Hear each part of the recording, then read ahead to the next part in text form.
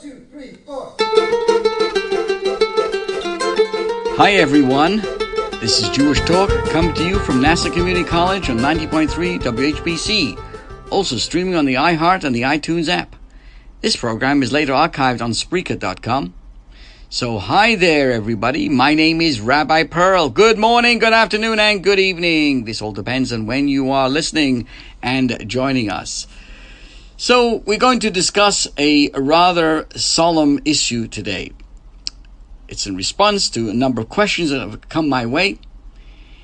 And that relates to why is a person in Jewish tradition buried in a simple pine casket? Now, that's a great question. One that makes perfect sense in the American world that we live in, since burial in a simple casket is among those who follow the Jewish tradition here in the United States. But you may be surprised to learn that in Israel, it's totally different. Because in Israel, they actually don't use a pine box at all. You see, unlike in the United States of America, the widespread custom in Israel is for the person to be buried in the ground without any sort of coffin, with only their shrouds separating them from the earth. The use of any coffin is therefore rather an anomaly for those in Israel. So, how do we understand this? It's very important because there is a great significance, and this relates to the bigger question of cremation. Burying the dead in the earth is so important. Man is composed of body and a soul.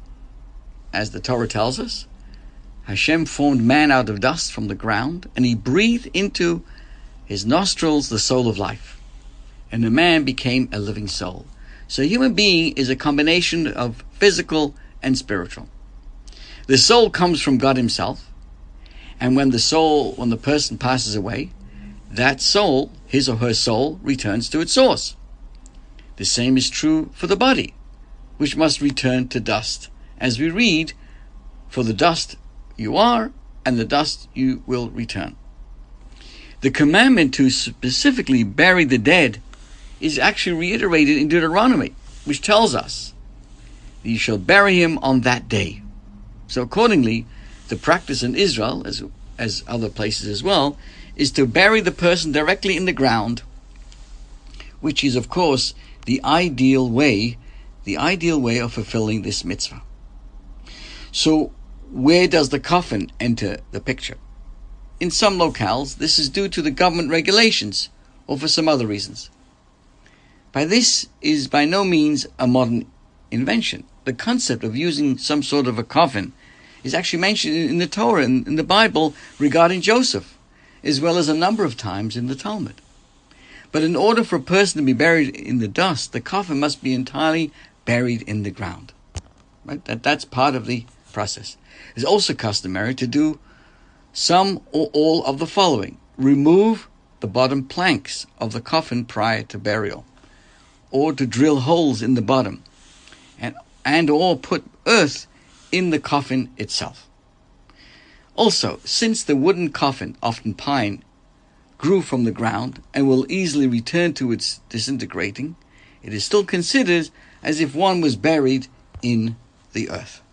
Now, these practices have precedence in Talmudical tradition that Rabbi Yehuda Hanossi, he was the redactor of the Mishnah, Judah the Prince, instructed before his passing that he be buried in simple shrouds, and that holes be made in his coffin so that it would be open to the earth. Now, there's another reason for this. There's another reason why we make so sure to specifically use a simple coffin and very few adornments, if any. We find in the Talmud that there was a time when those who were wealthier would use more expensive materials, and the poor would use cheaper materials. The poor were embarrassed, so the rabbis instituted that rich use the same materials as the poor. And to use the words of the Talmud, Additionally, at first the wealthy would take the deceased out for burial on a type of ornamental bed, a dargash it's called, and the poor would take the deceased on a plain bier made from poles that were strapped together, and the poor were embarrassed. So the sages instituted that everyone should be taken out for burial on the same plain bier, due to the honor for the poor. The rule of using simple materials for the dead also applies to other aspects of the funeral, such as using simple shrouds. By the way, the importance of not being buried in a special suit or a tuxedo or other kinds of clothes, is important, because when a person passes away, the soul enters into heaven, and the heaven is a place of purity, and purity is simply white, color white. So can you imagine you're going to a wedding and you walk in with your golfing outfit, or you're going to a tuxedo only wedding, formal clothes, and you walk in there with your dungarees and your Levi jeans. You stick out like a sore thumb. Well, the same thing is, a person passes on, the way they're dressed actually has an impact on the heavenly welcoming. So buried in the white shrouds offers the person the opportunity to slide in, so to speak, into the great hall of welcoming and to fit in with everybody else in an atmosphere of holiness, symbolic of white, simple shrouds. When one passes away from this world, he sheds his corporeal body, and the soul lives in the spiritual world. In those worlds, only spiritual wealth has meaning. Physical wealth is worthless. Therefore, if one wants to bring true honor to the soul, the best thing to do would be to take any of the money that would have been used for the fancy or the more expensive funeral and use it for charity to support learning of Torah and the fulfillment of mitzvahs in the merit of the departed. This not only brings great merit, but is the greatest honor that the soul can have in the spiritual worlds. Ultimately, however, we believe that the soul will once again be reunited with its physical body at the time of the resurrection of the dead. Therefore, death, and burial is only temporary, which is another reason why nothing fancy is needed. May we merit the time when God will wipe away death and tears from this world with the coming of Mashiach. Now, this actually brings me to another important topic about cremation versus burial. This weekend is the gathering of international conference of the Chabad rabbis, the emissaries around the world. And this year, because of the corona, this entire event is taking place on Zoom or on a more virtual. So everybody's around the world over these last few days. And one of the workshops was discussing cremation.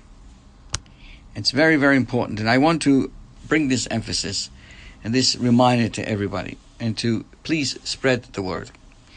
People make an extraordinary big mistake by thinking that if they burn up their loved ones and put them in an urn, they're going to be close to them. Nothing could be further than the truth. There's absolutely nothing left on the DNA except just plain ashes. So it's actually contrary to what a person thinks, that they're taking something of the person. It's nothing. There's nothing there at all. And in the Jewish tradition of being buried, is compared to taking the person's body like a seed that goes into the ground, disintegrates, but that seed, after disintegration, recharges itself and comes back again, like you're planting a seed for a tree or flowers. That's the difference. When a person is burnt up in cremation, it's like burning them up forever. There's no return. And as opposed to putting the seed in the ground, or in this case, putting the body into the ground. So why should a person bury his loved one in the Jewish way? In normal circumstances, children must respect their parents' wishes. Parents say go to school, kid goes to school. Parents say you go to sleep, kids must go to sleep. Parents say to you, eat vegetables. No, you got to listen and eat the vegetables. While parents must be very careful when and how to enforce their authority, better a few commands which are obeyed than more commands which are ignored. And while many otherwise wonderful children tend to ignore this rule more than they should, we understand why our traditions place such importance on respecting parents. It is, after all, one of the 10 Commandments and represents our relationship with God. Someone who respects their parents' authority will more easily do so with God. Someone who rejects their parents' authority will usually have trouble accepting that ultimately that it is God who runs the world. There are exceptions, though. One of them includes going against a parent's final wishes. If a parent instructs a child that he or she wants to be cremated, Jewish law, which places huge emphasis on respecting parents' wishes, obligates children to ignore the command and provide a traditional Jewish burial for their parents. You hear, my friends? The reason is because, very important, that when a person is first born, the parents did the right thing for him. And we're talking about a man, gave him a bris, give him a circumcision at the 8 days old. We don't wait till he has his opinion, because the parents know the importance of this for what this means to the young boy. So too, just as his opinion was not asked when he was first born, this aspect of how he should be buried is not up to his opinion. More so, my friends, that only those who have a choice of being born have a choice of how they die. So far as I know, I've studied this, none of us listening or watching had a choice to be born. Our parents brought us into this world. And therefore, having a cremation not only runs contrary to Jewish law, it actually means that the person has no idea or appreciation of the parents who made the choice of having him come into this world. And, of course, many other reasons as well. It's a strange question, I know, but one that will determine many of the choices made at the time of death and our entire understanding of this crucial spiritual transitional point. If one believes that funerals are for the living, then do whatever the living wants to do. Bury, cremate, leave the body for the vultures, mummify it, put it on a flaming boat down the river, throw it into the garbage. Is one, actually I saw a non-Jewish source said, people who sadly cremate their loved ones basically is treating like garbage. Because something important, a piece of jewelry, something important, we hide away. Garbage we throw out. Burning up somebody is basically treating them like garbage. So, cremation, etc., throwing it into the garbage, putting it under the floorboards, cannibalizing it, or do one of many things that societies have done through the ages, and what people have done to the bodies of their loved ones. The soul doesn't care, and probably doesn't know anyway. That has been the attitude. It's in a better place. What happens to its body is really of no consequence. But what if funerals are primarily, that's it, it was, what I just said was all about if you think the funeral's for the people who are alive. You do what you want. But if funerals are for the dead, I want you to consider the following. Each of us has a part of God, so to speak, inside of us. It is the neshama, the soul. It is pure, it's untainted, and closely connected to its source, the source of all knowledge, God himself. Deep down, when we get in touch with our soul, we access this source of knowledge. We sense what is true, what is right, and what is holy. But it is not easy to access that deep source of knowledge. Our souls are kept prisoners in our bodies. The body is not an enemy, of course, as it enables us to help others and fix the world. But it does limit the soul. Base desires, ego, fears, confusion make it extremely difficult for me to know what is really going on, what is really important, and what path I should be taking. Things change when the body dies. The soul is released. It is immediately closer to God, the source, the true source of knowledge. The me suddenly has a clearer access to God. Still, the soul does not leave its body immediately. Could a loving wife immediately leave a husband after decades of loving togetherness? The soul stands by, ascending on high slowly, stage by stage. Immediately after the death, in the very first stage of its ascent, the soul's main concern is its body, its partner over many decades, and grieves over the fact and hopes that the soul that did so much with this body will receive a proper Jewish burial. The soul cries out in pain if the body is treated disrespectfully, and screams in unimaginable horror if its beloved body, a holy vessel, is put to the flame. When the body is alive, the body feels pain. When the body can no longer feel pain, when it dies, the soul feels its partner's physical pain at a highly spiritual level. That is why, my friends, that is why children must disregard parents' requests for cremation. Now, and that's why, by the way, dear friends, from all my experience, if a person wants to make sure that the burial is done properly, it must be specifically mentioned, written down in a note, in a letter, mentioned from time to time to the children. Do not rely on children to do the right thing, my friends. As life goes on, people move away, there's convenience, there's saving money, all kinds of shtuyot, all kinds of reasons why people do not want to follow through with their parents' wishes. So that's on the positive side. So a person must make sure that their wishes are clearly stated in some formal way that they want to be buried in the proper manner. On the other hand, when the children do want to do it properly, and the parent has said the opposite, we in Jewish law must disregard the parents. The children, of course, talking about the next of kin, have every right to disregard the request, because at the end of the day, once a person passes away, they know the real truth, and they want very much for the children to disregard their request for cremation. So right now, the parents know far more than they knew when they're alive. Now, right now, the parents' soul are literally begging their children for a traditional Jewish burial. The child is actually listening to the parents' wishes, their unstated, unrealized, true wishes. Now, the question of what to do with the body of a loved one, or when the time comes, one's own, is not theoretical. It's not theoretical at all. Cremation is getting more and more popular in the Western world. Over 1/3 of all Jewish dead in America in 2011, I'm going back a little while, were cremated. It's only getting worse.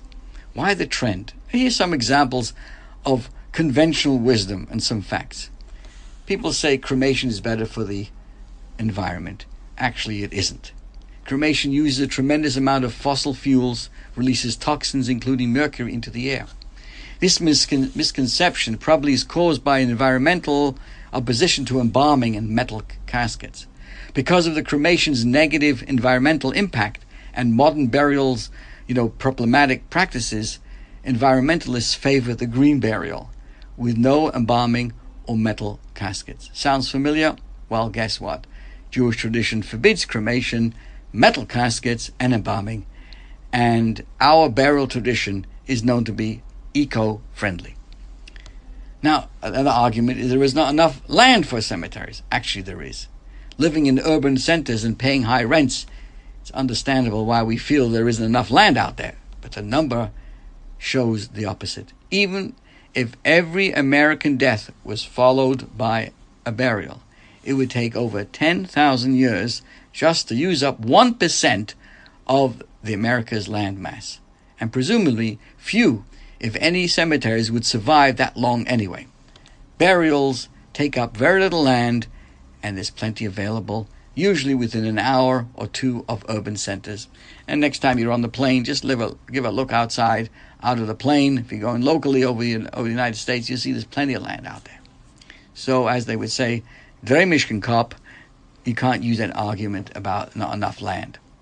No one will visit the graves. Another argument. Why have one? Actually, although visiting a grave is both important and beautiful, it's absolutely nothing to do with the obligation to bury. Burying something has nothing to do whether anybody will come to visit. At the end of the Torah, God himself buries Moses and hides the location forever. Although no one will ever visit his place of eternal rest, that is Moses, God chose burial over the multitude of options available. What about decomposing is disgusting? Actually, while decomposing is hardly a sight to behold, cremation is hardly any better. Despite the advertisements, the process is neither quick nor clean. An average body burns in the ovens for 1.5 to 2 hours. And if the guy was a grubber, he was a heavier person, it may take even longer. During the process, the body moves back and forth, crackles and sizzles, the brain bubbles. Think of the stench of burning hair and flesh. You can go online, go to YouTube, and you'll see. I'm telling you, you will see exactly what goes on. Once the oven, also known as chamber or incinerator, has finished its gruesome task, the remains are not yet ashes. What is left in the oven is actually dry bone fragments. They are manually swept out and placed in a machine where they are ground up. Let's call it pulverized, processed, cremulated for about, you know how much though? For about 20 minutes, in order to fit the remains into a small urn. The point is not whether burial or cremation is more disgusting. The point is that cremation is not pleasant. It is a loud, violent, repulsive, and artificial process. On the other hand, decomposition, while not pretty, is a biological process and the natural way of every living being. Now, another argument is cremation is cheaper, right? You heard that. Actually, this piece of a conventional wisdom is sometimes true, when all the hidden costs are added in, and it does cost more. My friends, nevertheless, a cremation can cost between $1,000, $2,000, including the whatever. But this is unfortunate, and here is why. For some situations in life, it is certainly appropriate to go cheap. Why not save money, especially in hard economic times, but not all of the areas of life. For example, I will do whatever is necessary to send my children to a decent school, rather than going cheap and putting them in a bad environment, right? Does that sound? Similarly, burial is worth the extra cash, I promise you. As we have seen, burial is better for the environment, but the reasons are much more deeper. The soul needs burial, as we discussed. Cremation causes the soul tremendous pain, more than you can imagine. Also, the body deserves burial. Note, the Eastern religions usually require cremation. It's not surprising. They view the body as an enemy to be fought, and spiritually consists in separation from the physical. Their leaders are celibate and ascetic and all that kind of stuff. According to Torah, however, our bodies are not an enemy. I can't give charity without my hands, speak words of prayer without my mouth, or run to do a good deed without my legs. While the soul must remain in control, the body is a partner and deserves to be lovingly placed in the ground, not burnt up like garbage.